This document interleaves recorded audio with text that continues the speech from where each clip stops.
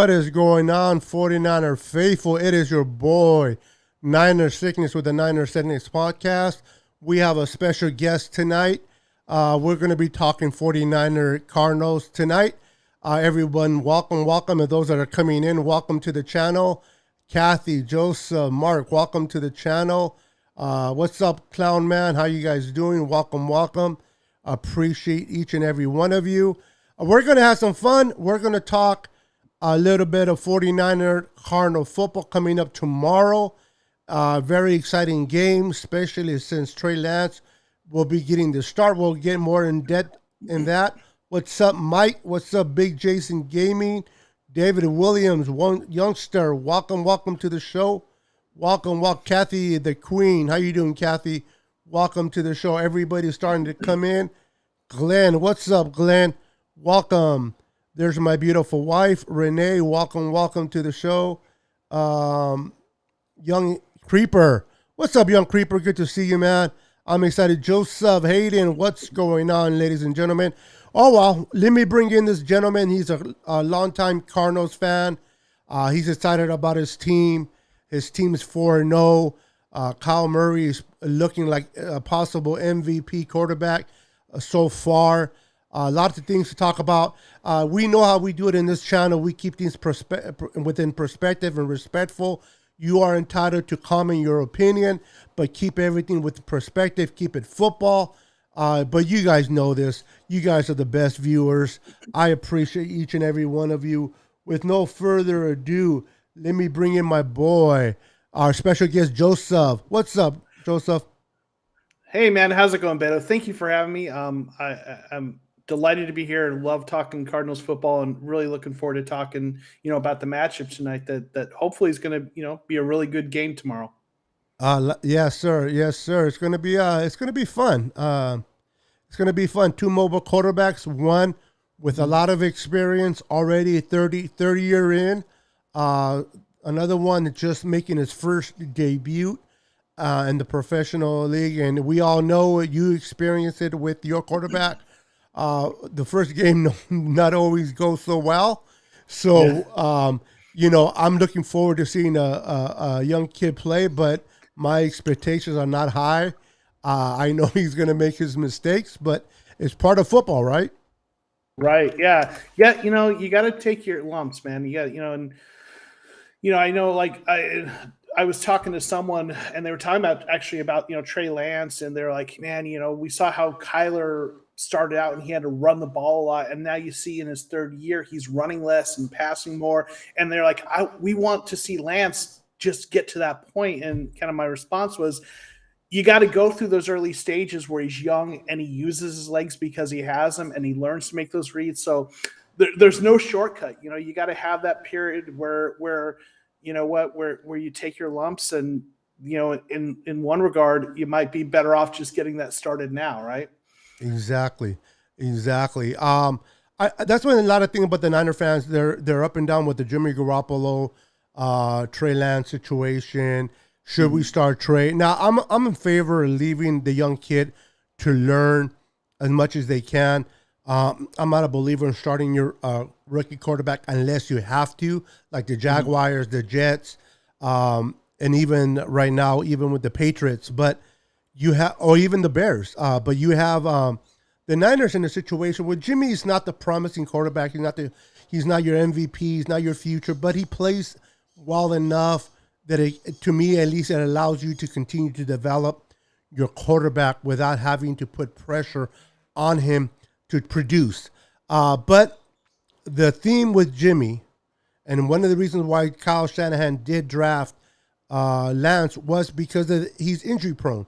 He gets injured. And once again, we find ourselves in the same boat that we're all familiar with, injury. And he is injured, inactive, and this is the opportunity where Trey Lance has. Now, me as a fan, a lot of 49ers are going to get a rude awakening. They're, don't be careful what you ask for, because sometimes you get it and you don't get it when you want it. What I mean by that is we're going to get Trey. Trey's going to do his best to try to win. Hopefully he's successful. But your defensive coordinator understands he is a rookie, and he understands how to attack rookie quarterback. So I do expect mistakes to be made, and Niner fans need to be patient. This is the thing with me, Joseph. As long as I see progression from quarter number 1 to quarter number 4, even if we lose to you guys and we lose big, or if we lose by a point, regardless.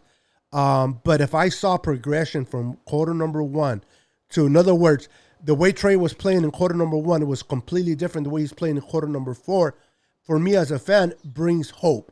Okay, I didn't get the outcome that I wanted.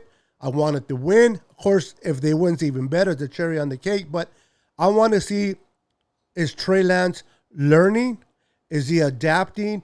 Is he picking up on the blitzes? Is he picking up on what the defense is doing? What the defense is showing? Is he able to make the changes? Those are the things that I'm looking forward to seeing. If we win, we win. I'm not too concerned about the win at this point with the rookie. I'm more about the development of the rookie and how he does, to my point. And that's what I'm looking forward to against you guys. Makes sense, yeah. You know what I mean? And I know a lot of Niner fans, they look forward on, we just want to beat the doors down of we want to beat the Cardinals. We're going to blow them away because we have Trey Lance. We're going to win 40-3. I'm like, well, anything can happen on any given Sunday, but everything is won and lost between the trenches. It's won by experience. It's won, Jimmy would have given us a better opportunity to win because of his experience. Now, your defense will have to kind of respect the deep throw now with Lance. But in my opinion, Lance needs to prove that he can complete those long passes first before your defense actually respects the long pass. Not just because he has an arm, your defense is going to say, "Oh, let's get afraid of his long throw." He has to be sufficient. He has to throw a couple of times and be accurate in order for your defense coordinator to say, "Okay, all right, now we got to change the game plan a little bit." I do think that your defensive coordinator, what's his name, by the way, Joseph? Vance Joseph. He used to be the Broncos head coach. Well, he knows the Niners a little familiar as well, as he's been on the Niners staff as well. He doesn't know this particular roster, but he's a smart guy. I know he's going to dial it up some. And it's like chess. Sometimes some things will work, sometimes it won't. The good thing about Trey, though, that he'll have the opportunity to get out of some of those or misdirection plays because of his legs. But I want him to be very decisive. I want him I wanted to calm his nerves down. I expect him to relax a little bit. I want to see if he can be poised. Because one thing about him that reminds me so much of John Elway is that when he's hyped up, that ball goes deep because he has that strength. And when you're hyped up, that ball can go deep. And I want him to kind of relax. Now, and I want to ask you a question before I start engaging with my fan base here. How long did it take Kyle Murray when he first started, when you saw progression, we're like, you know what, maybe this guy could maybe be somebody in this team? The thing about Kyler is you saw the flashes in the first year. I mean, he won Rookie of the Year, right? Offensive Rookie of the Year. And right from the first snap, I just saw, the arm talent, the way, he threw the ball and you saw, the running. And in the second year, he took a step forward. And so, you talked about you want to see that progression from quarter 1 to quarter 4. And I think, what you want to see in a young quarterback is you want to see flashes that show you like where the ceiling's at, right? Yes. You expect them to kind of have some mistakes.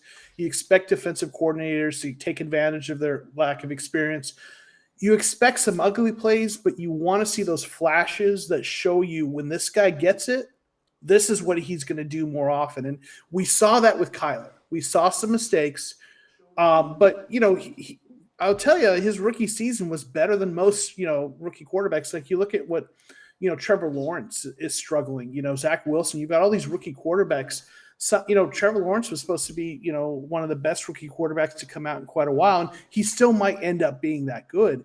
But for guys to just come in and like gangbusters is rare, So, So in that situation, like I said, you want to see those flashes. But from the beginning, we saw it. But I will tell you, what we're seeing from Kyler Murray this year is different. And I just posted a video yesterday on my channel that talks about how this Arizona Cardinals 2021 team is different than last year. And obviously Niners fans, you're familiar with the Cardinals, and you come into this game like, well, we know the Cardinals, and yeah, you do. But this Cardinals team, in terms of what they're doing offensively and the personnel and how they're distributing the ball, is different than last year. Even Cardinals fans coming in are having to kind of, learn about this new Cardinals team. So I know that's a really long answer, but we saw it right from the beginning, the flashes.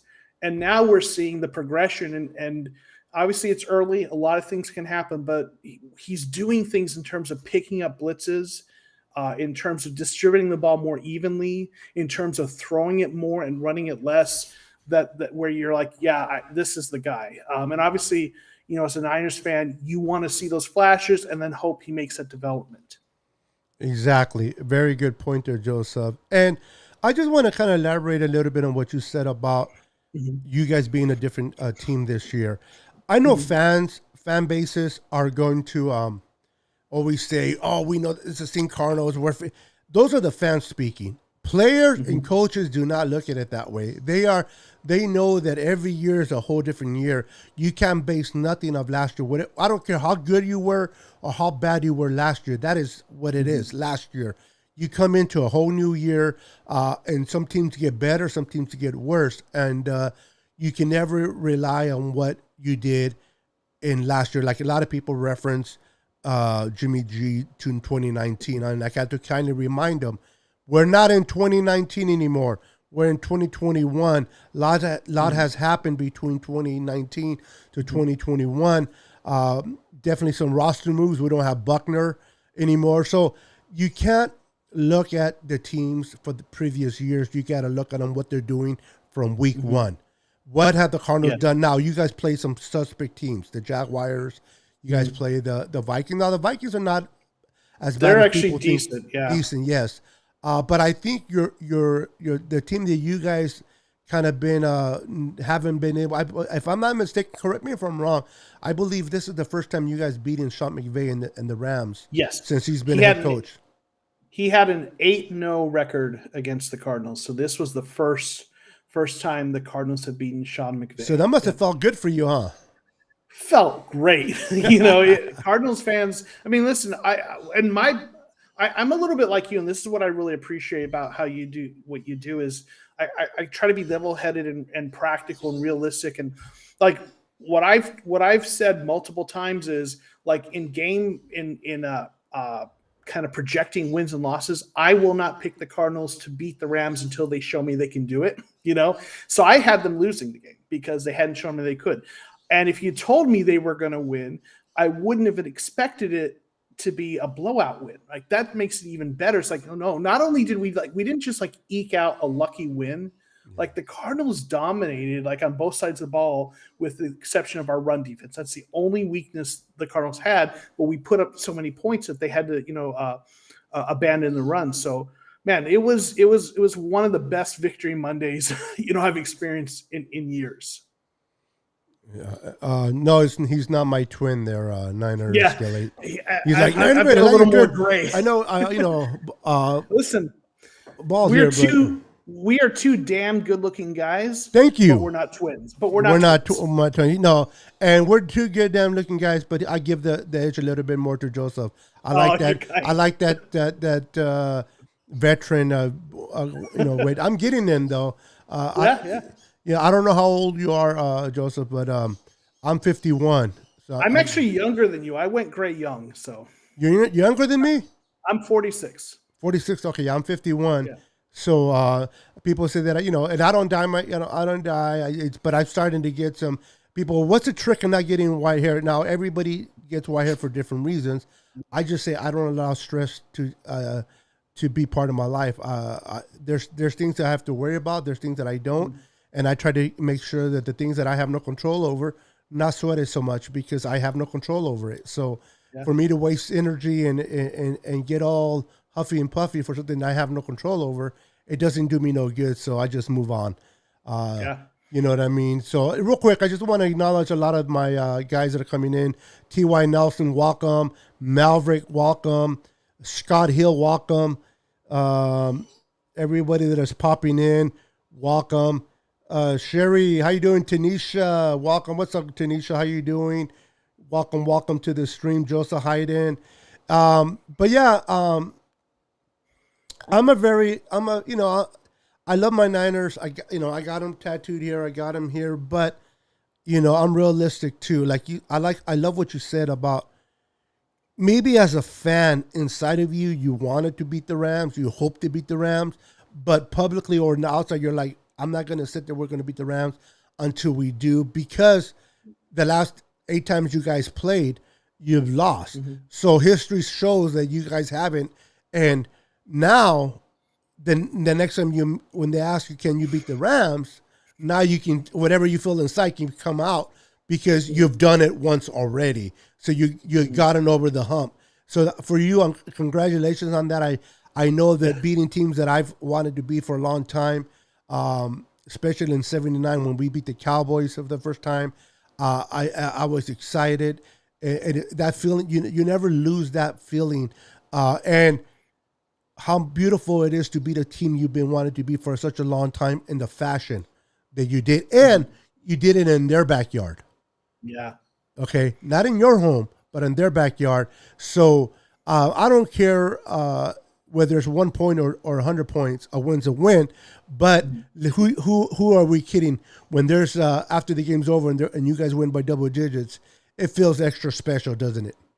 Yeah, absolutely. I mean, it's a win would be a win, but to win that way so convincingly just made it that much, because I think it made it much more difficult for people to try to take credit away from the Cardinals. If they won barely, I think people might have been, well, not an impressive win, or, well, the Rams lost that the Cardinals didn't win it. And while there's been a few people who have kind of tried to discredit that win, most people are saying, no, Cardinals deserve credit for that win. And that's as a Cardinals fan, because our team hasn't done it, right? Our team doesn't have a great winning tradition, and I know that. So teams aren't going to take us serious until we prove it. Correct. And that's the kind of prove it win we needed. And think people are starting to look at the Cardinals a little bit differently. So, I mean, it like I said, it was one of the best Victory Mondays I can remember in years. So absolutely an awesome win. Correct. And you're right. I mean, so far you beat in one good team. The Vikings are decent, but you beat. Now the Niners are. I hate to say at this point we're not really the correct measuring state because of some injuries. We have a rookie, but when you start playing more teams that are playoff teams that are competitive, and you're able to beat them, and you start doing this consistently, that's when you begin to develop a reputation of being a good team. But who's going to complain about being 4-0? Now, again, I know you guys were 5-2 last year, and unfortunately, some things went. Your quarterback got hurt. He never came back the same, and you guys lost games. But just because you're 4-0, and I've heard a lot of Niner fans and other fan bases say, "Wow, they started like that before." Wow, this is a whole different year. Mm-hmm. It's now that it can go both ways. You guys can lose from here on, or you guys can go on to. I mean, there's so many ways. Yeah. Everything's up in the air. Again, against us, I don't wish you guys any luck, but in general, I do wish you guys the best, because and a lot of Niner fans may not agree with me, but this is how I feel. I'm a fanatic for my team. I love my team. Mm-hmm. What makes me different from you?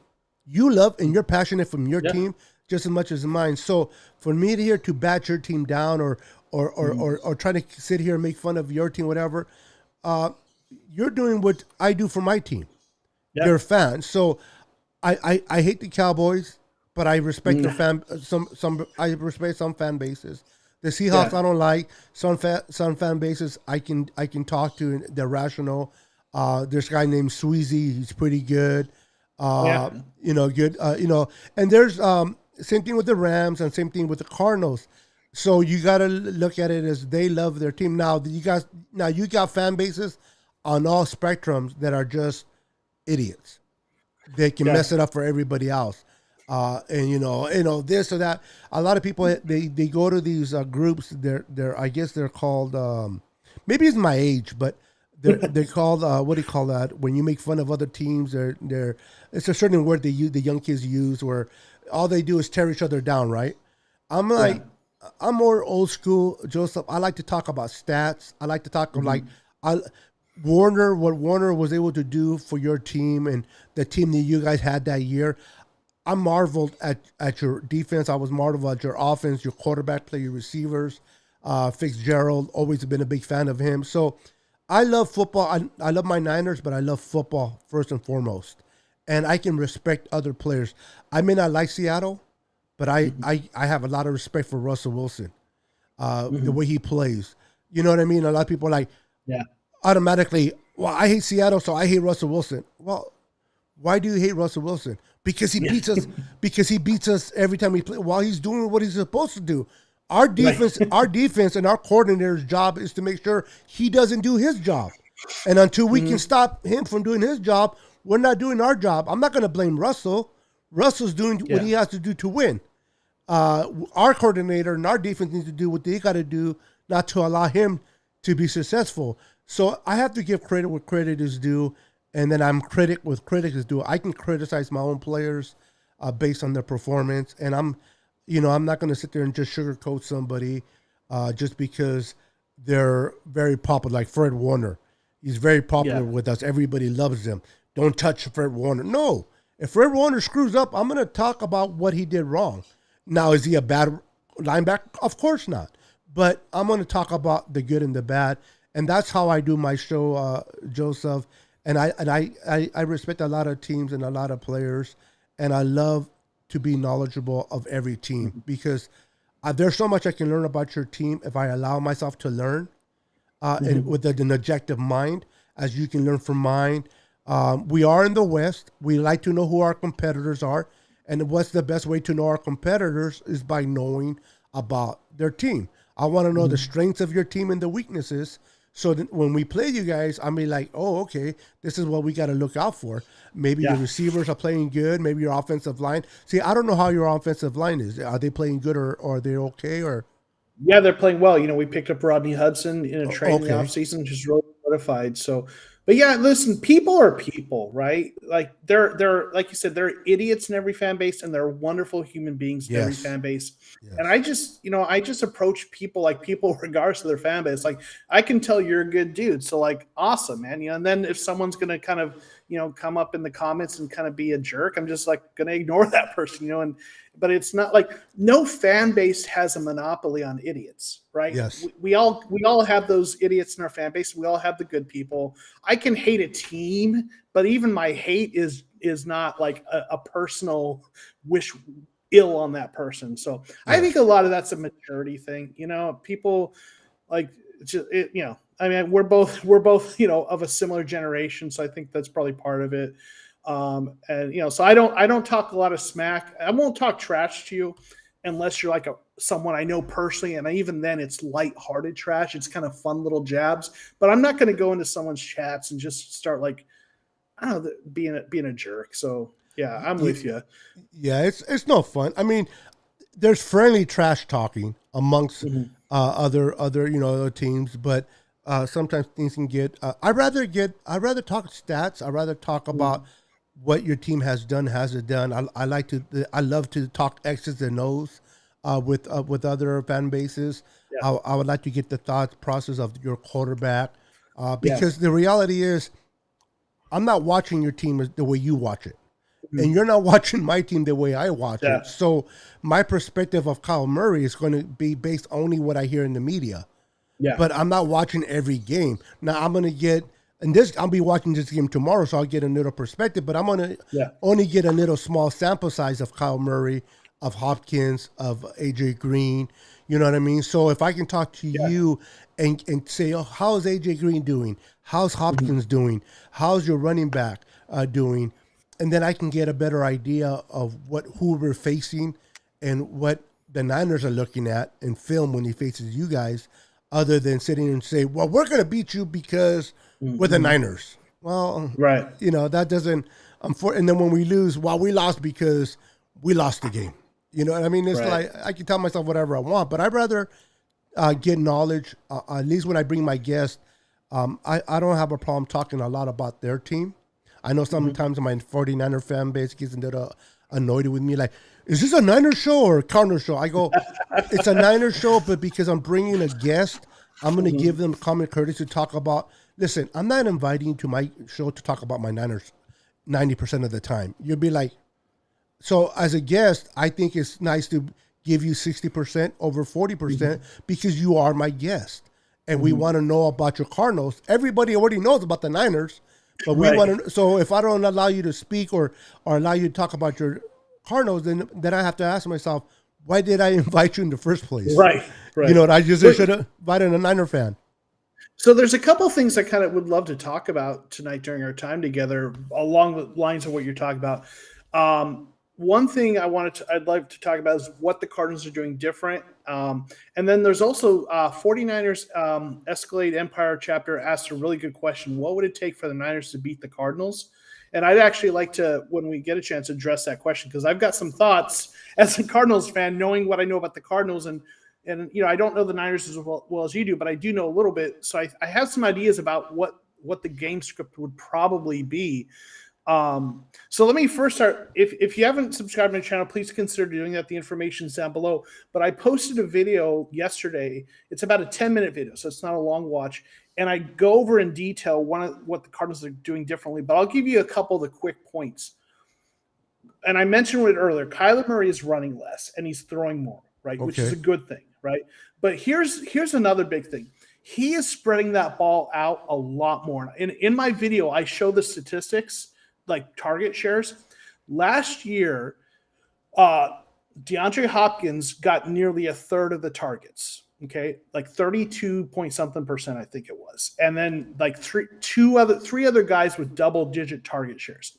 This year, it's much more even. There's like 6 players with like double-digit target shares. It's like 18%. It's like last year, it was like Kyler Murray throwing the ball to DeAndre Hopkins most of the time and then running it when things didn't go well. This year, he's spreading it out. So this is one of the things this is part of his development and progression. And this is why I say this Cardinals team is different because like they're not just throwing it to Hopkins all the time. And part of that is they have the right personnel because AJ Green has come in. He's playing on the outside. That's allowed them to move Christian Kirk into the slot. They brought in Rondale Moore. And Kirk and Rondale Moore are better fits for the slot receiver role, in the Cardinals offense. So, like, they're spreading it out, which makes it harder to stop them, right? And then James Conner as a power back has added some things. So there's some things you're doing offense. And again, check out the video. Like I said, it's only 10 minutes long. I think if you want to learn about what the Cardinals are doing this year, that video, I think I do, cover a lot of important points. But the question of what it would take for the Niners to beat the Cardinals. So let me kind of start with a couple of fundamental kind of things I understand about the Cardinals and the Niners. The Cardinals' biggest weakness right now when they're healthy, although there's some injuries on both sides we can talk about, is our run defense. Now, we shut down Derrick Henry in week 1. But since then, and Henry's a big power back, right? Yes. But against quicker, shiftier running backs, those running backs have been gashing the Cardinals' run defense. In week 2, Dalvin Cook just tore us up. We barely won that game. James Robinson for the Jaguars was running effectively, but we still won that game pretty handily. And even the Rams game that we won, they were running the ball really well in the first half, but we just got a lead and they had to abandon the run. Now, what I know about the Niners is Kyle Shanahan, I think, in my opinion, what he does better than anything else is scheme up running offense, right? His running game scheming and his blocking. That's why he's been able to pull undrafted free agents, plug him in there, and turn them into really good running backs, right? Now he's got, Mitchell and Sherman that he's finally drafted running backs, but like he is so good at that, right? So in my opinion, this is the game. Like if you say, okay, the 49ers beat the Cardinals, how does it go down, Joseph? This is how I think it goes down. The 49ers get a few turnovers because Kyler Murray will throw an interception once in a while, right? So they manage to get a few turnovers.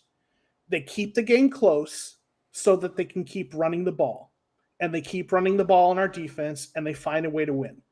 But I'll tell you what, if your defense can't keep the game close and you have to start passing, I don't think the Niners win. I think the only way that, or in my opinion, at least the way the Niners win is their defense finds a way through turnovers and whatever else to keep it close so that you can keep running the ball in our defense because that's our weakness. So to me, that's what it takes for the Niners to win this game. That's a very good statement there, Joseph, because you're correct. I don't want to get into a shootout with the Cardinals. Definitely not to our advantage.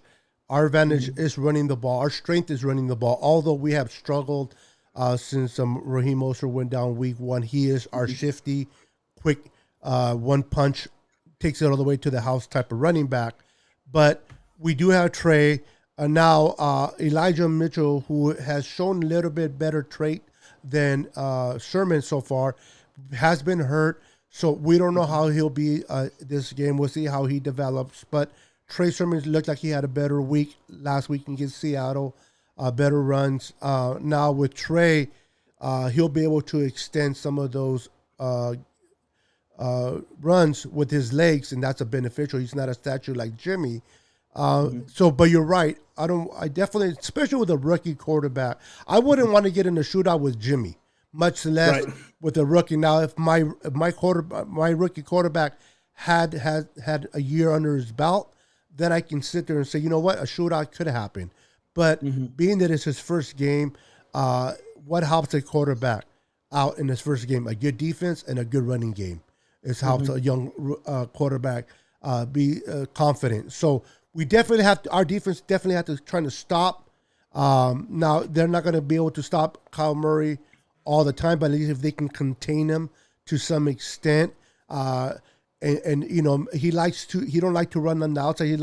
I believe he likes to step back a little bit. So we have to bring pressure in the middle and force him on the outside and try to contain him. And Eric Armstead is going to have to make an effort to try to stop him. Now, no disrespect to Kyle Murray and his size, but the reality is because he's so small in stature, it's like trying to catch a chicken. It's hard to catch a chicken. If anybody has tried it, it's not. I haven't done it, but I've seen people try to do it. And I don't care how fit you are, you will have some good catches, but for the most part, that chicken's going to win. And Kyle Murray, being small in stature, he's quick, he's fast, and so he's elusive. So we're going to try. We can't stop him. Let's just hope that we can contain him. And if we can keep that game close, like you said, and not keep it a shootout, it does give the Niners an opportunity to pull out a last-minute win. Now, we don't have our starting field goal that we trust. A field kicker and Robbie Gould. We brought in this kid in. Joey Fly. Joey Fly. So we don't know. I don't know too much about him. So am I confident that if we have to depend on him on the winning 51, 52-yard field goal, oh my, that's going to be interesting to see. But you're right. We do have to keep it close. So let me ask you something, Joseph, about your team.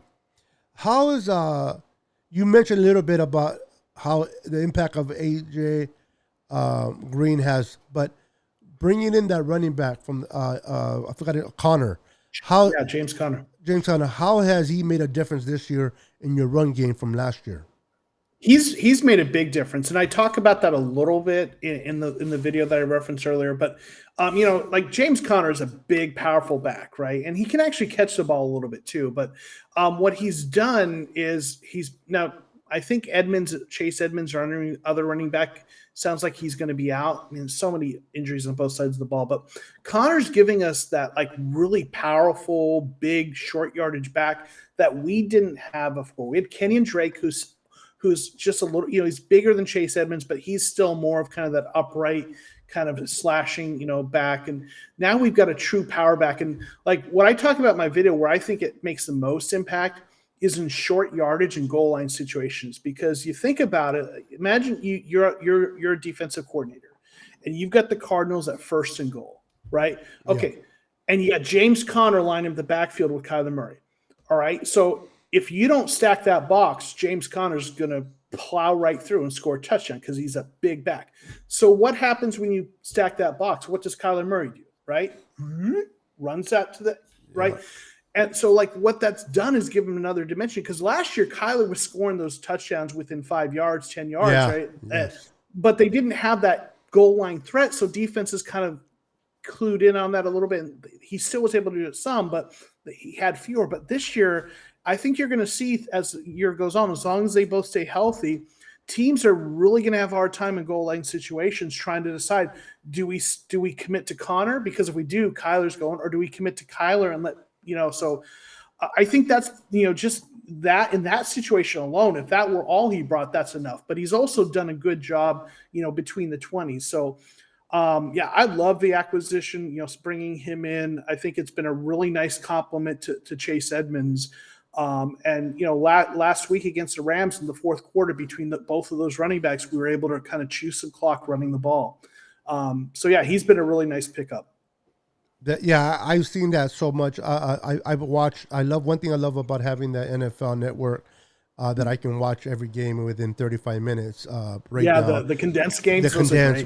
Because watching it. I'm not gonna watch every Cardinal game. The last 4 games they played in 2.5 games. So having condensed it's nice to be able to watch, and I like to watch what he's done, and I've seen a lot of it. And see, this is why I like to watch games like that, because you're speaking and I can relate exactly what you're saying, because I've seen that happen myself, watching them play the Vikings, watching them play the Jaguars, and watching them play just the Rams recent. And he does bring another dimension to your offense, and it allows defensive coordinators to kind of have to respect now him and Kyle Murray, as before it was just Kyle Murray, and they weren't too threatening with the run.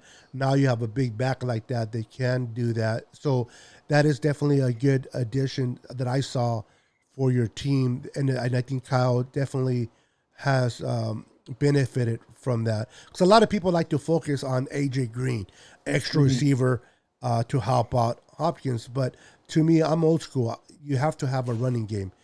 Receivers are nice, they are, but they're luxury to me. I'd rather have a better running game than a receiving. Now, if you can have both, that's even better. But if you have to give me an old pro at a position, I'll take it at the running game. Now I don't know about paying running backs nowadays, like Cowboys with Elliott. I don't know if I want to pay that much money for a running back, but you definitely need a good running back in order to your coordinator to do things with their offense. I just want to answer a question from a young creeper. Says the defense needs to step up. It's up to Trey, needs to do his thing to be able to beat the Cardinals. Now, I like when you said his thing. Now, what is exactly his thing? For me, in this particular game, is to manage the football game. I don't want him to win the game. I don't want him to lose the game.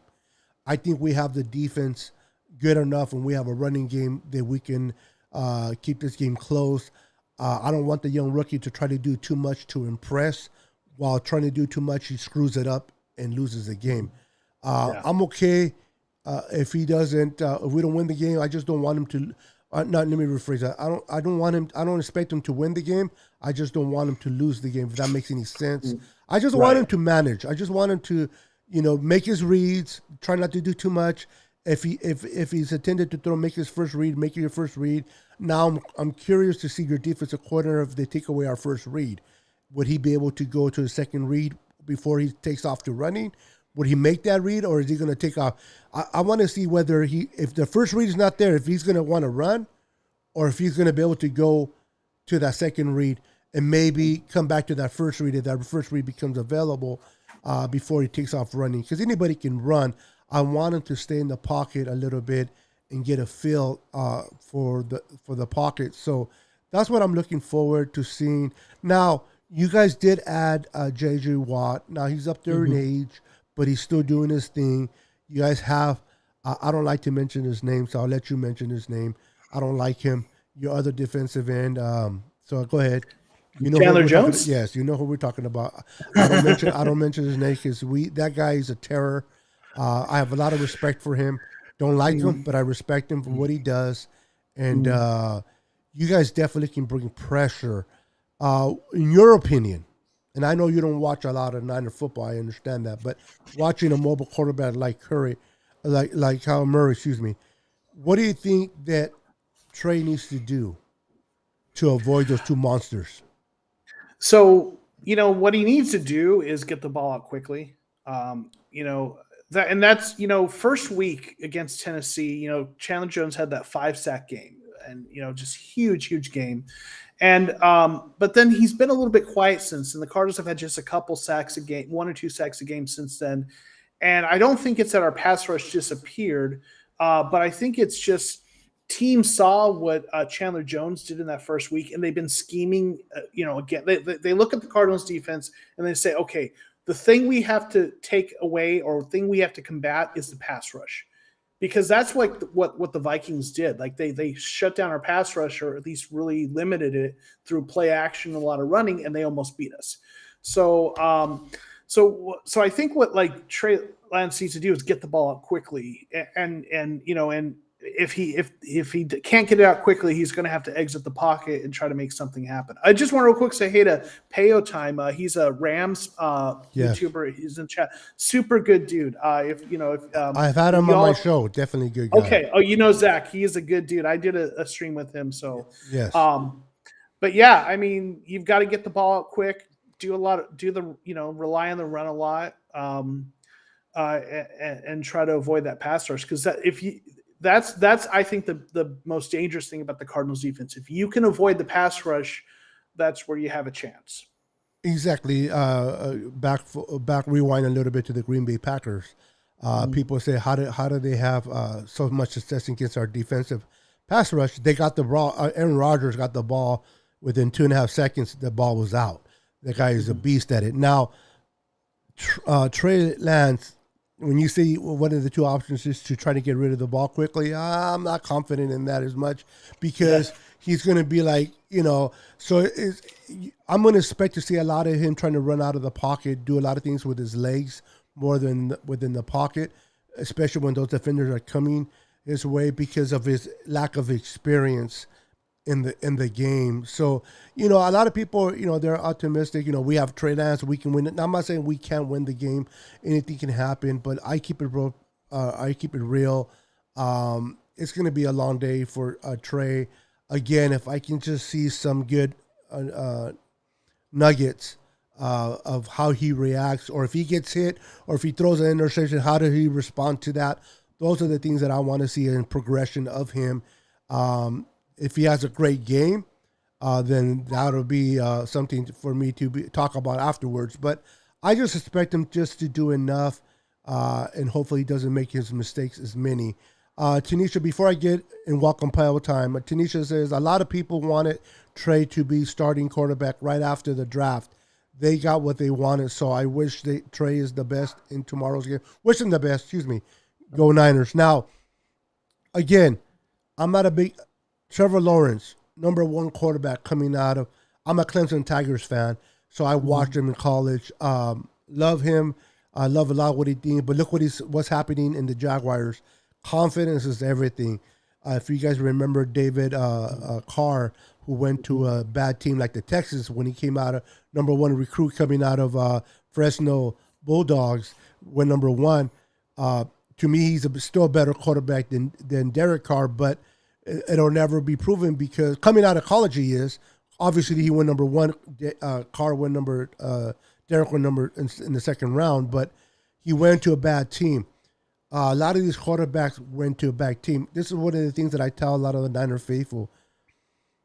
We drafted a quarterback 3rd overall, but we weren't there because we were a bad team. Okay, we were there first and foremost. We were at the 12th spot because of all the injuries that we endured all season last year. And then we were able to trade down. So I tell people this, Trey Lance is coming to a great situation with a great defense and a great running game and a great play caller like Kyle Shanahan, compared to what Lawrence is doing, Zach Wilson with the Jets, or even Mac Jones with the Patriots, or even Fields with the Bears. Although I think Nagy is a pretty good play caller myself. He's underrated a little bit. He may be without a job. That's why I think that's why he's starting Fields over Dalton. But I think Trey has a good team around him. But out of all the quarterbacks, if I'm not mistaken, he has the less reps in college. So people need to understand, like people like to try to do a lot of comparisons with Kyle Murray. I'm like, it's hard to compare because Kyle Murray played a lot of football in college. Okay. Now some people say, well, when you go into the pros, you start all over. It doesn't matter how much experience you had in college. I'm like, well, I can argue that it does matter. Now football is a whole different level because I see people that played great in college, were great quarterbacks in college, and just were not able to be successful in the NFL. But to me, it wasn't because of their lack of playing or how much they played in college. I think the amount of snaps you take under center or in an offense is always beneficial when you play in the NFL, and he doesn't have as much. Now, one thing I do like about Trey, that out of all the quarterbacks, he's taking more snaps under center than all the other quarterbacks, and that's a lot of things that we do. Matter of fact, a lot of our offense is a lot like what the Bisons do over there. So hopefully Kyle Shanahan can trim it down and call plays to benefit Trey Lance. And I just really, really hope that your defense just wakes up with a bunch of diarrhea and can't play very well. Right. No, just kidding. But they have a bad day because we're going to need all the help we can get tomorrow. But I want to see a good game overall, man. And I think the Cardinals are an upcoming team. A lot of people said they were going to be in last place. I predicted the Seahawks to be in last place. This is before Russell Wilson's injury. Gino didn't look so bad in the first place, but he's no Russell. So I expect you guys to really give the Rams a run for their money for first place. I don't know where we're going to be at. We're going to have to wait and see.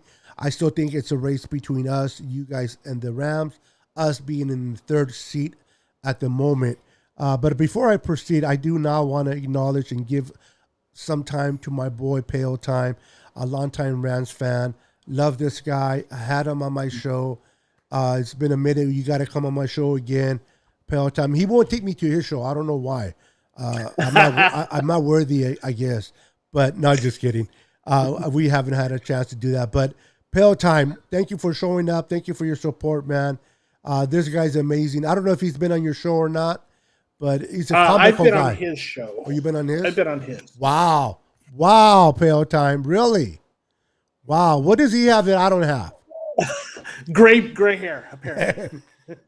He's like, he has an undefeated team. That's what he has.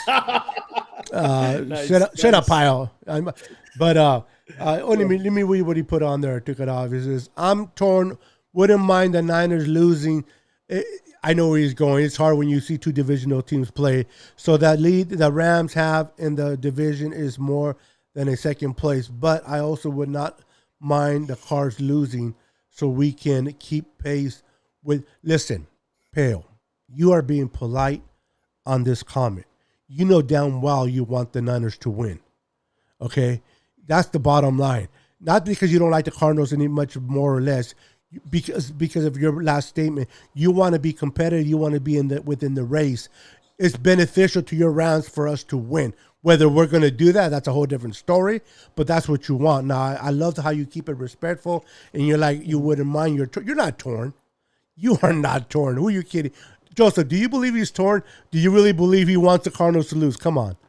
Deep down, listen, man, I'm pragmatic, okay? I'm going to tell you right now, Pale, I think you're a great dude. I wanted the Rams to lose Thursday, not because I hate the Rams more than Seattle. It's because I would rather have a couple 3-2 teams chasing me than a 4-1 team. So I wanted the Rams to lose, and it's not because of hate or disrespect. It's because they're right now the toughest competition for the Cardinals in terms of who's going to win the division. Look at the way you said that with that smile on your face. Stop it. Yeah, be pragmatic, my friend. Be pragmatic. You need to want my Cardinals to lose because that helps you back into the race, and that doesn't hurt my feelings at all, right?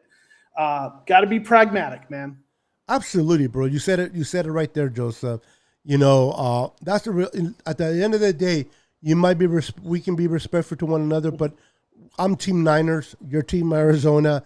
Pale's Team Rams, and you want your team to you want the team that is trying to get away from you not to go too far from you. So the lesser of two evils right now are the Niners for Pale and the Rams. So you want the Niners to pull out a win, and hopefully we can do that for you, Pale. But you know you know what, you guys are 3-1, you guys are 4-0, so I can see that how close that race is.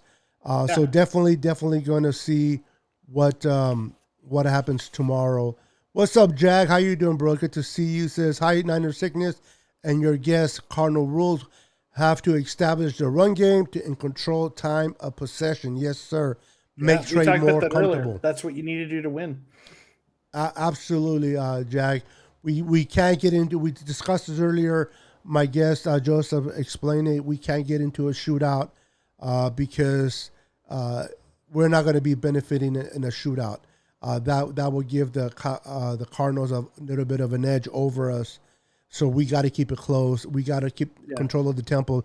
The best way to beat Kyle Murray is to keep him in the sidelines, and and that's by running the ball. That's at the end of the day. That's the best way. Defense can do a lot, but if you keep the opposing quarterback on the sidelines, you're going to win those games most than not. So that's what we got to do. And how we're going to do that is by moving the chains and getting the ball, effectively running the ball. Paletown says, Paramedic, I agree, but have two teams race for division race is nice. Then 3 teams race. But, yeah, I see what you're saying, bro. I love you. Hey, hey, Beto, Young Creeper has asked like a couple times how I became a Cardinals fan, and I'd like to answer. I didn't see that question for him. Yeah, they've asked I think a couple different times. So I want to respect that. So I'm originally from Arizona. I was born in Mesa, Arizona. I was talking to Beto before the show. I did spend 10 years of my life in Hayward, California. I spent as a child, but moved back to Arizona. I lived in Arizona when the Cardinals got there. It's where I was born. It's my home state. So it was my home team. My career has taken me to Georgia, so I don't live there anymore. And in fact, that's part of the reason I started a channel was to get to engage with, the Cardinals and Cardinal fan base. But yeah, I became a Cardinals fan because I lived there when they got there, and I moved away in 2009. So I've been a diehard fan and got to follow them locally, and then have kept following them since I moved away. So. Yeah, I apologize for that, Young Creeper. Now, this is where I have to make a note to myself, and I just wrote it down. This is a bad habit that I have. I got you. I asked you about you prior to the show, right? So, selfishly, I got my answer, so I don't care to share. And I have to realize that maybe I shouldn't ask before the show. Maybe I should ask during the show so that we all can get the opportunity to learn. See, I already asked you, so I already knew it. So in my mind, it's like subconsciously, and I apologize that, Young Creeper. I'm going to give you the benefit of the doubt and just say you forgot that we weren't on air, right? That's all it was, right? Thank you. We'll blame it on old age. Thank you. Thank you for calling me old there, buddy. You and me both, right? Yeah. I appreciate that. But thank you. You know what? Hey, teamwork, right? We may like two different teams, but teamwork on the show. I missed it. You caught it. I appreciate that, Joseph, for that. And John Creeper, thank you for asking. And I, again, did not mean to overlook your comment. That was not intentional, brother. Much apologies for that. I think if I would have missed it one more time, or you would have missed it, I would have got a personal text with not so nice words. I got your back. Look who's in the house. You might know this guy right here. Yeah, I think I know that guy. What's up, Jay? Yeah, Jay in the Bay. What's good? I don't even try, bro. I screw it up so bad. No, I give you credit. You did it not too bad. I just don't do it right. So I tried it once, bro, and nope. I'll leave it alone. I'll leave it for the professional, Jay in the Bay. So let me see here. Just looking forward to a good day of football tomorrow. We get an extra 3 hours with a London game. Who are the Rams playing, by the way? Rams played on Thursday. They played Seattle, right? Oh, that's right. They just played. Okay. Yeah. See, again, we'll blame that on old age. Right. You guys had a good. Now that game didn't start so hot for the Rams, I didn't think, but towards the end, man, I'll tell you one thing. Adding Matthew Stafford to the Rams and giving that. Allowing McVay to open the playbook. Because Mhm. believe it or not, he was limited with golf in that Yeah. playbook. Golf could not do what Mhm. Stafford can do. So, man, that's a good addition to the Rams. I hate it because he went to the Right. Rams, but one thing I do take pride in, though, Joseph, honestly, is that we are the best damn division in the NFC. Absolutely. You In know, the they're NFL, in the NFL. arguably, right? Yeah, well, the Raiders, the AFC West kind of Pretty a good little right now. bit, Yeah. but I hear you, bro. And now I wish that we were at the number one of the best West, but I'll take what we can get. But we are the best division. The East is nowhere close to us. You see what's going on in the North. I mean, Yeah. there's really only one team over there. Mhm. And then in the South, you kind of a little bit, but I mean, Tampa's probably the only one out there that really. Carolina, I don't think Carolina's the real deal as much as people think they are. Their defense still has a little bit to go. We'll have to wait Mhm. and see with that. And then which one am I missing? I'm missing one. Well, there's the Falcons. You're talking about, yeah, the South Falcons, Tampa Bay, Yeah, that's the South. um, We got the the East. Saints. Oh, you're talking. The North, East, West, South. Oh Right? yeah, I got it all. Oh, there. Yeah, Oh my goodness. yeah. Okay, we're No, okay. So, am I? the Can I edit? AFC. Can I edit this live? The AFC North is looking pretty good too. I mean, Yes. Yes. the Bengals are surprising people, so that's another good division. But yeah, I mean, the way I look at it is like, I mean, the Russell Wilson injury is unfortunate because that changes the dynamics in terms of how good this division is. But think about it this way: people were calling this the best division in football when they thought the Cardinals were going to win 8 games. You know what I'm Yeah. saying? When they thought the Cardinals weren't great. And now the Cardinals look like somewhere between a 12 and 14 win team. Obviously, anything can happen, but Correct. based on the way they played, they look like a really good team. And now think about how much better this division is. That you still got the Rams looking good, 49ers a little up and down, but they're still respected as a good team. Seattle, again, with Wilson being injured, that's unfortunate, but they're still a good team. And then now the Cardinals are better than people thought. So yeah, this division is stacked, right? It's definitely stacked, brother. And you know what? At the end of the day, I do want a competitive a Mhm. division. A lot of times people say they ask me Niner sickness. What do you rather have? A blowout win or winning by a field goal? I'll say after the game is over and we won, I'll take the close game. Mm. But a blowout is nice, but I like in the nail biter. I like the back and forth, the Mm. exchange of leads, and we score like that one game we played against the Saints in the playoffs with Alex Smith, where in the last under 2 minutes, I think the score changed like 4 times, and the Niners came up with that win. Was it intense? Was I biting my nails and chewing everything on the couch? Nobody wanted to be around me during that moment. Yes, but it was a fun game to watch compared to that Super Bowl that I watched in Denver when we won 55-10. By Yeah. this by the second half, I knew we were going to win, Yeah. and it's still nice to win. But I'm like, you know what I mean. But that Cincinnati game that we played, where we barely had to come back in under 2 minutes to win it, Joe Montana to John Taylor, those are the games you live for. At least for me, I like those nail biters. Not during the game, obviously, because of the Mhm. tension, but at the end of the day, people ask me, what do you rather have, a blowout or win a close game? So with that said, I want to ask you, Joseph, what before I read this comment, what do you prefer, a blowout or a close game, I competitive know game? this is going to sound like I'm hedging, but I want to see that my team can win both ways. Because if your team is barely winning Okay, I throughout the like that. season against, right, if your team is barely winning against bad teams and good teams, that's a team that plays down to its level of competition, and even if they're bad, and may not be as good enough to win a Super Bowl, Correct. right? But if your team takes care of business against bad teams and dominates them, and then when they play the top teams, they win in those close games, they show that they have what it takes to win in those games. That's a team that can win a Super Bowl. So I want to see them show me they can do both. I like that. I like that answer. I like that. Very, very well said there, Joseph. And very true. You want to win. You want to win those close biters when you have to, and the teams you're supposed to blow out, you need to blow them out. So I guess in that perspective, you are correct. Jack says we have to play like the way Bill Parcells used to when we coached the New York Giants. Ball control, great defense, and shorten the game, muddy the game. So yeah, definitely have to play a close game. I don't want to go into a shootout, Jag. Absolutely not. I want to keep this close. I think we can do it.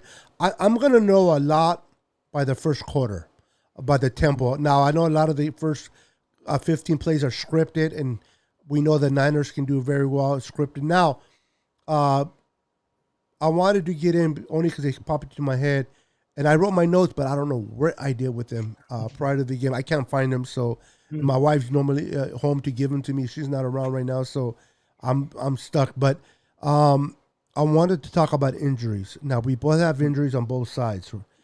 We just found out that not only did we lose our starting quarterback, but we just lost our starting tight end, and he's going on IR, and he's going to miss at least three games. Probably. It's ironic. He's missing the Cardinals, but he'll be back for the Cardinals.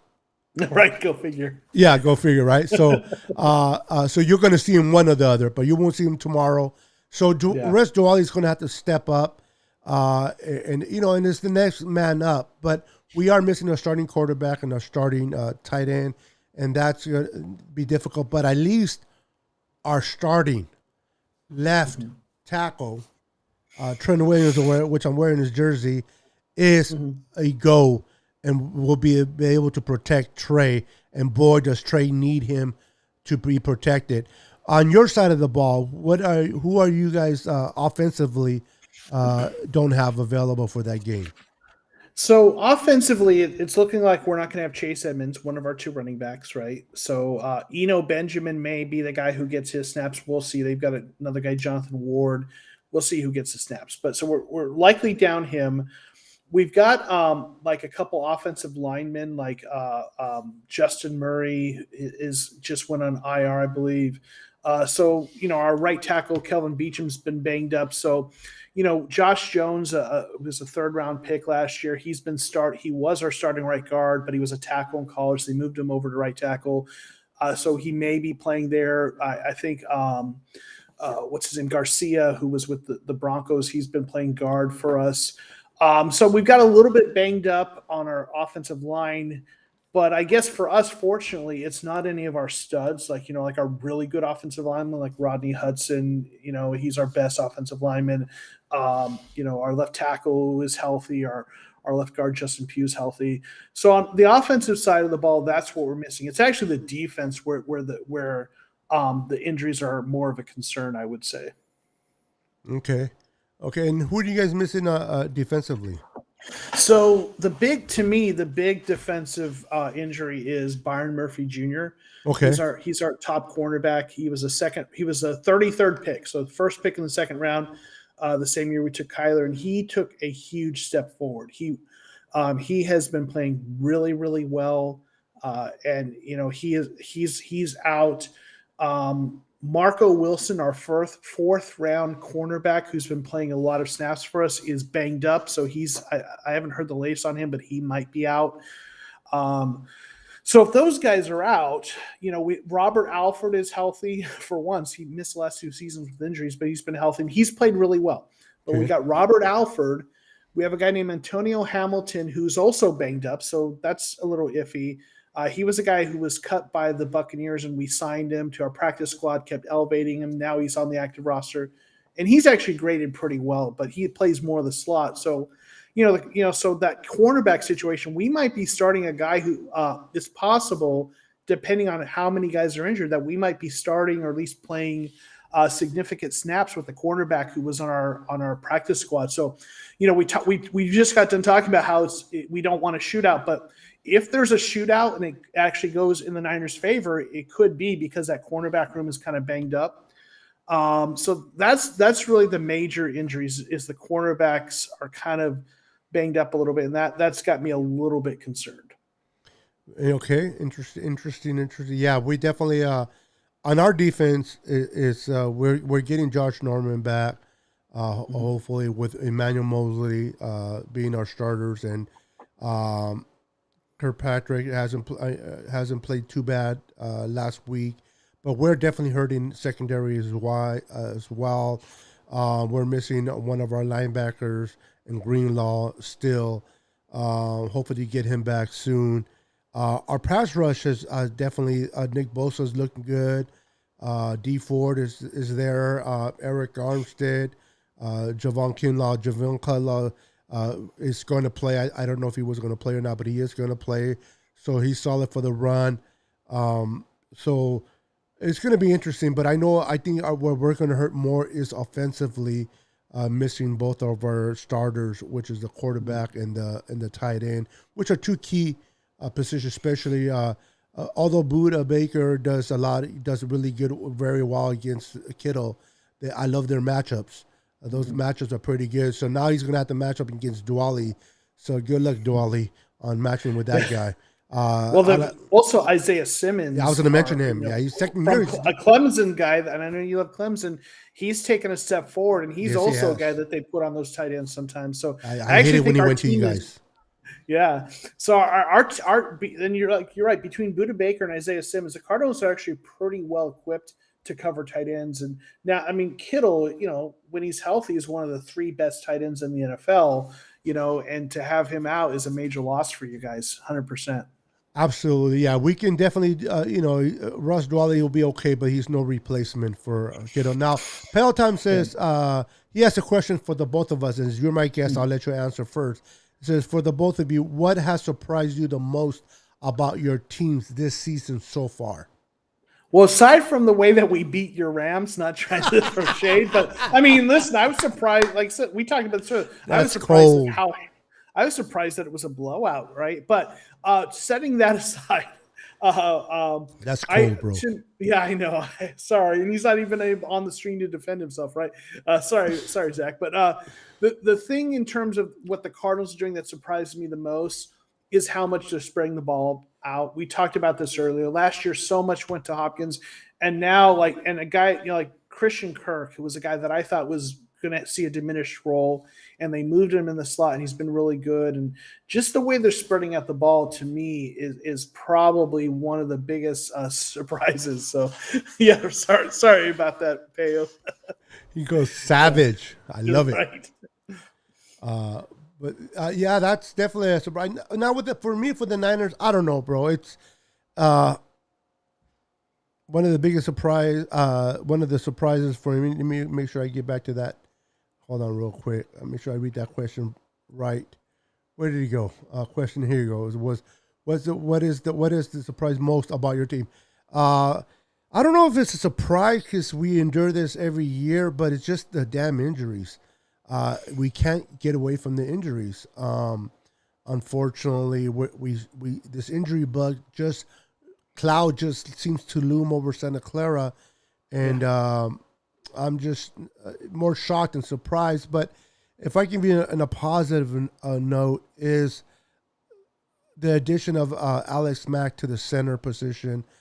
He has helped that offensive line get better with his experience being the quarterback of the offense. I seen Mike McClinchy play better football. Even Daniel Brunskill at left guard, play better because of the presence of Alex Mack and his experience. So he's definitely been a surprise for me. And I say surprise because of his age. He's up there in age, but he's still playing good. Now he has some bonehead games, but expected. And another surprise is how well Debo Samuel has been playing this year. I know he has the potential.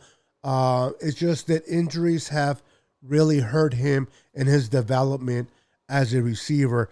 Coming into this year, Joseph and Pale and everybody watching, a lot of Niner fans were under the understanding who's the number one receiver. Is it Debo? Is it B.A., Brandon Ayuk?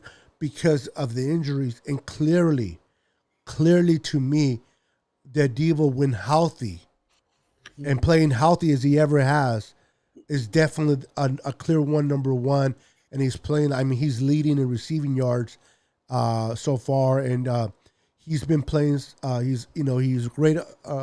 Run after the catch. He's a big body. He's hard to bring down.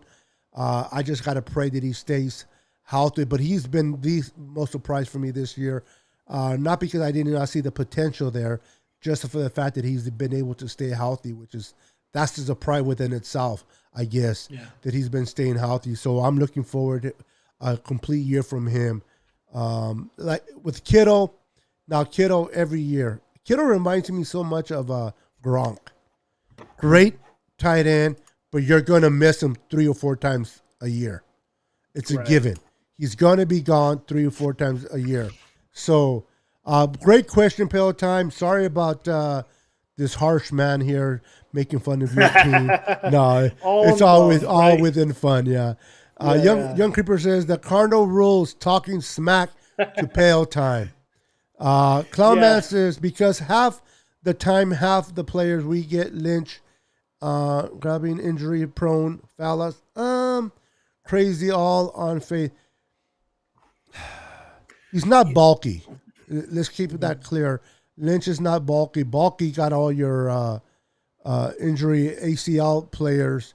It's just, I don't know. It's not our training staff. I don't know what to put it on, to be honest with you, when it comes to injuries. It's frustrating, I know, but I just don't know what to put it on.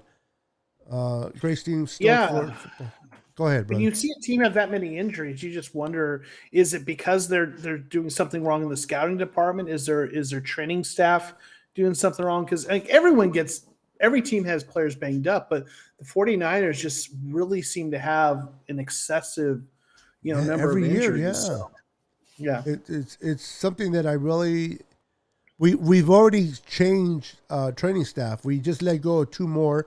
We fired a complete training staff a couple years ago. And we're in the same situation. So I don't know what it is, but we got to figure this, and we got to figure this quickly. I'm going to go ahead and just answer a couple more questions.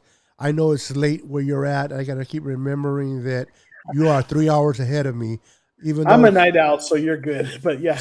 Really? Well, me and you can have a lot of good conversations. So am I. I'm a disabled veteran, and you know what I mean? So I stay up all hours of the night. I didn't go to bed until 8 o'clock this morning, actually. Oh, I'm not that much of a night owl, but man, you got me beat there. Yeah, I woke up about 2, so I see that. I wake up when there's daytime, and I go to sleep when it's daytime. So, but I won't keep you too much. I appreciate your time on the channel. Appel says, I'll let the Cardinal rule have that. I mean, have many games have Rams won the past few years versus the Cards. So yeah, you're 8-1 right now, versus the Cardinals. But you guys play again. That's a good thing. So now Rams, don't let what we do to you every year, which I don't think we'll do this year, but beat you twice for the last 2 years. Don't let the Cardinals do that, Peloton. You got to at least break it 1-1. We don't want the Cardinals to get away from us too far either. So, as we come to a close, and you've been an honorable guest, Joseph, love your football knowledge, love your perspective. I want to ask you prediction times. I want to ask you what your prediction is in this game, and don't sugarcoat anything for me or the Niner faithful. We can take it. So I always have to preface this with any given Sunday, anything can happen, right? So correct. So I'm going to tell you, I had been consistent with my predictions, but I'm going to change my prediction in terms of score a little bit based on some of the injuries. I'll tell you what I had been predicting, and Niners fans aren't going to like this. I was predicting 34-17. I know that's a big margin, but I with the way the Cardinals have been playing and with the quarterback situation with the Niners, I think now because the Cardinals some injuries on defense, I think it might be more like 34-24, maybe 34-27. I think you might be able to pass on our cornerback situation there, so it might be closer.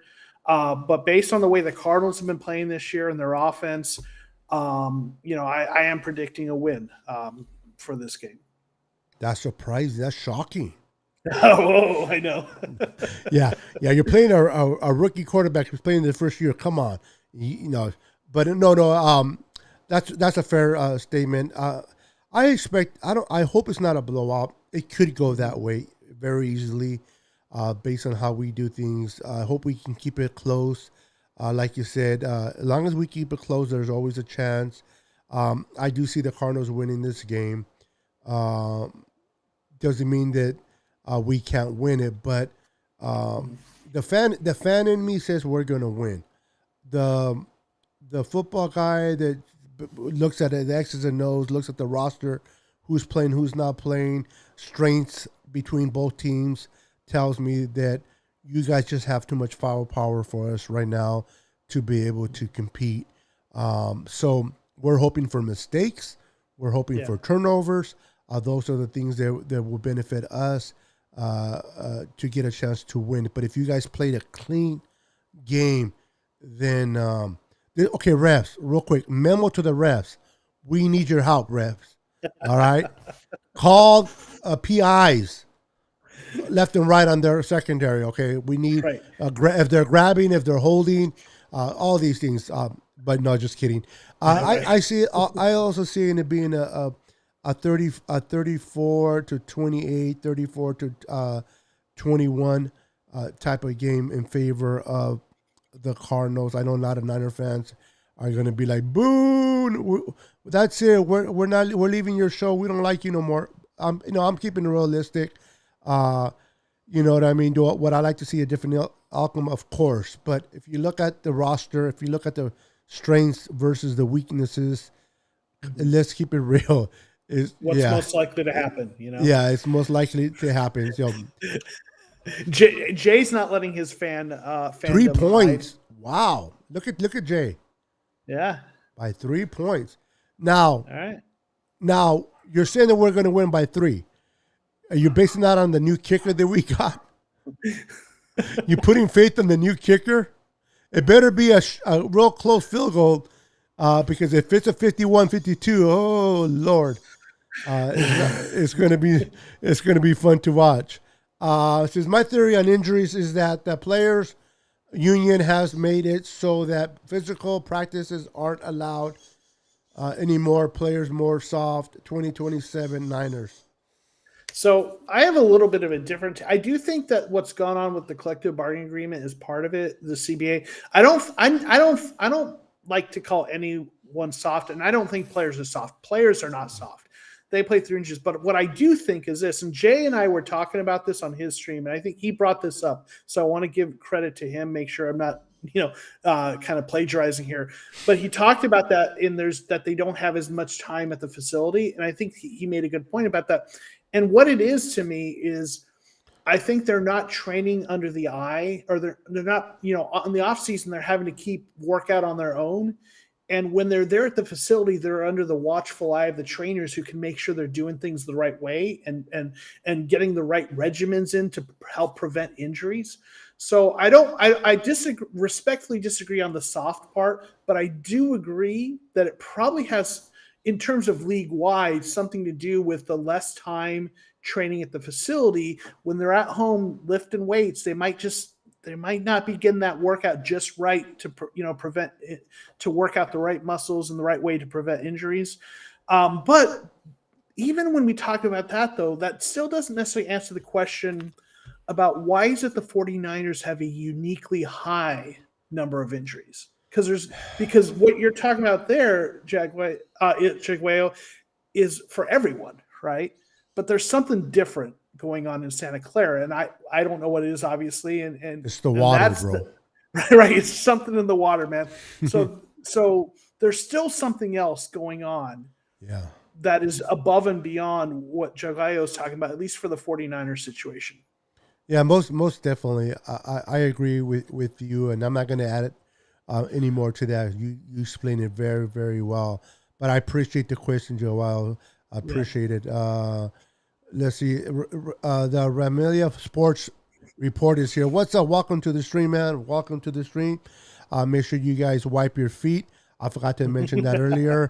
And what do I mean by wipe your feet? Smash that like button for your Nice. boy. I just so feeling comfortable talking to you, Joseph, that I always mention wipe your feet, and I believe that we're about an hour in, and the first time an hour and a half almost, and the first time I mentioned it. It says if the Niners win with a rookie quarterback, it will be a huge setback in the Cardinals' progress of winning the division crown. Oh, that's more a question to you there. You want to answer that there, Joseph? I completely agree. I was looking at this today. Someone commented on one of my videos how the Rams have a little bit easier schedule than the Cardinals moving forward, and they do. So, like, this is, if the Cardinals lose against the Niners, especially in a game, this is a game where quote unquote supposed to win, right? We've got games coming up against Cleveland and the Packers that we might not be favored to win, right? So, like, if we lose this game, I see this race between the Rams and the Cardinals potentially being down to the wire. And if we lose this game, it absolutely hurts our chances. So I absolutely agree. That's a good one there. Yeah, it'll definitely be that. Great question there. Thank you for joining the stream as well. Jay in the Bay says Kittle is a workout warrior and he can't stay on the field. Yeah, to me personally, Jay in the Bay, I think we discussed this in the past. It's just the way he plays football. He's likes to hit everybody. He thinks he's a defender, a defensive linebacker when he's out there more than a tight end. He's very physical. Unfortunately, you gotta love that and you gotta hate it. You love it because he's physical and he likes to get in there, but you hate it because he does get hurt. And I'll be honest with you, that one play where Jimmy exposed him to that hit, bro, I was not very happy toward Jimmy. That was a high ball.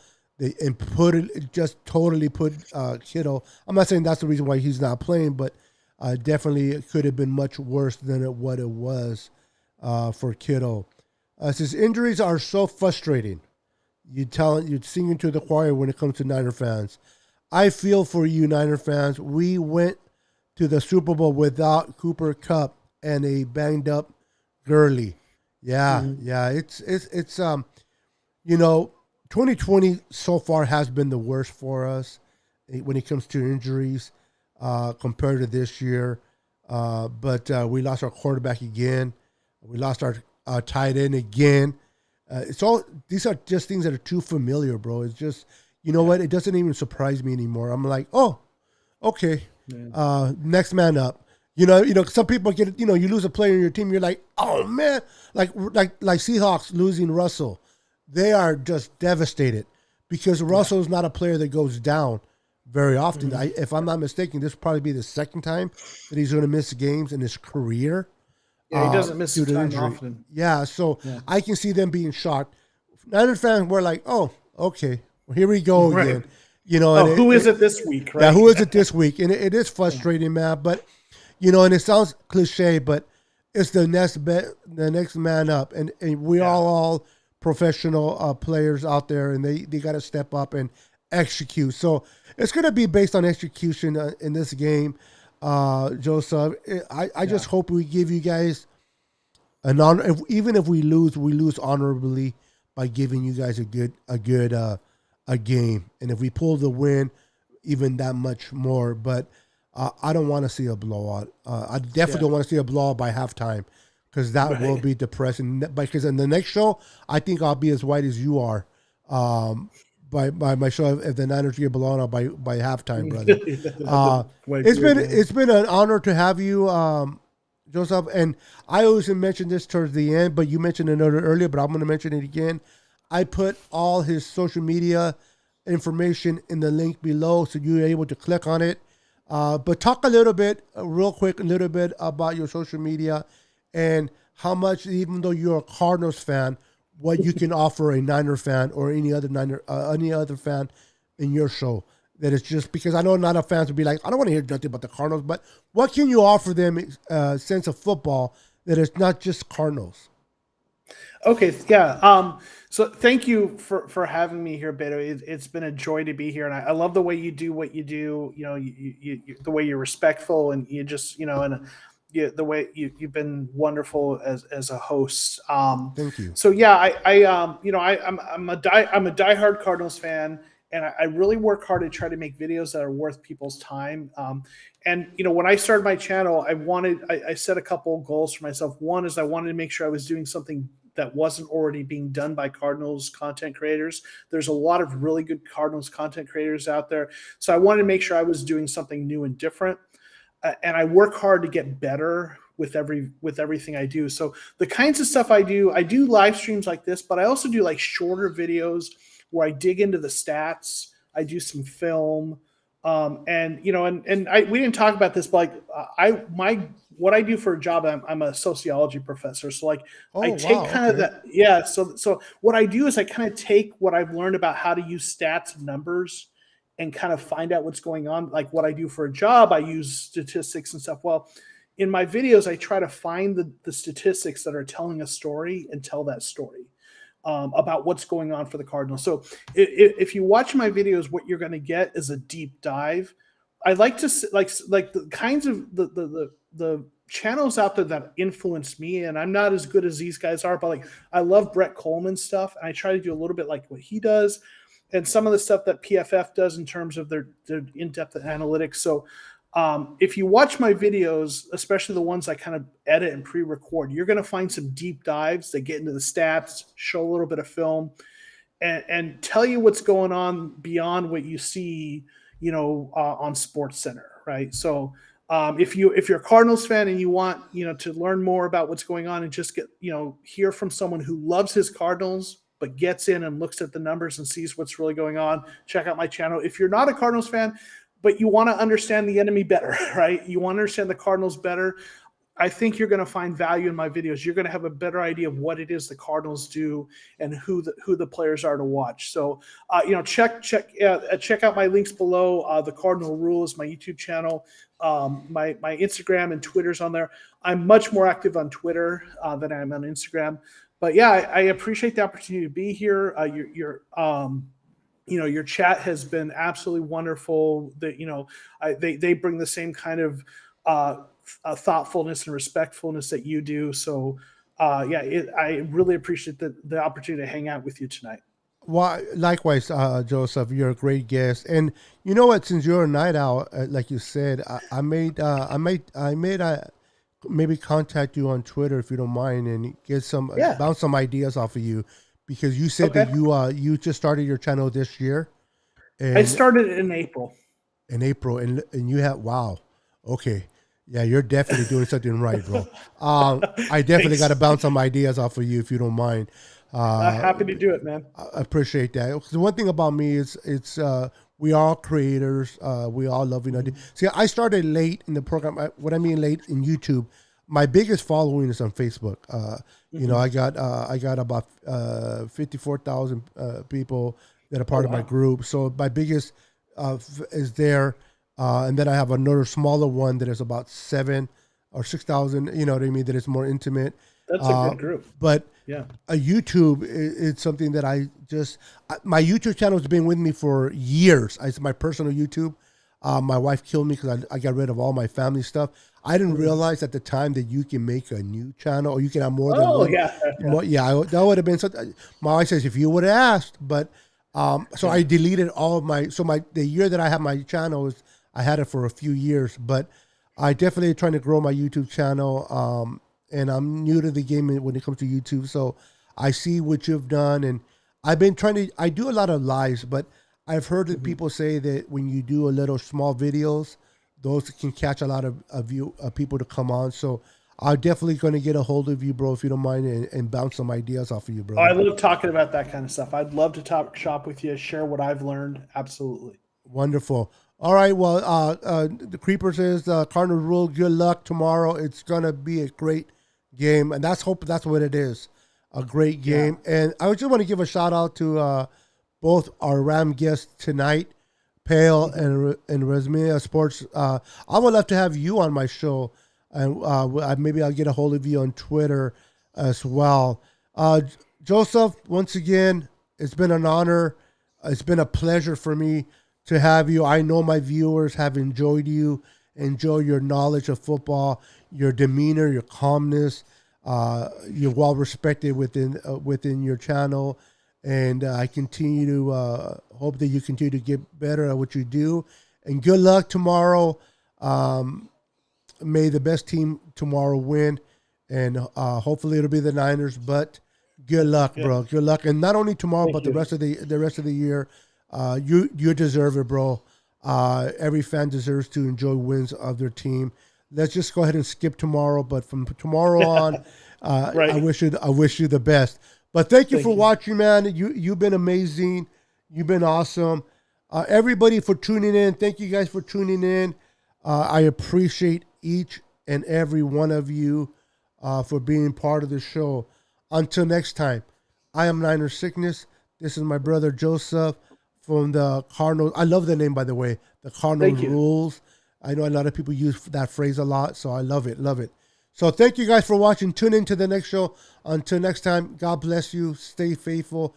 And always love your family. Talk to you later, guys.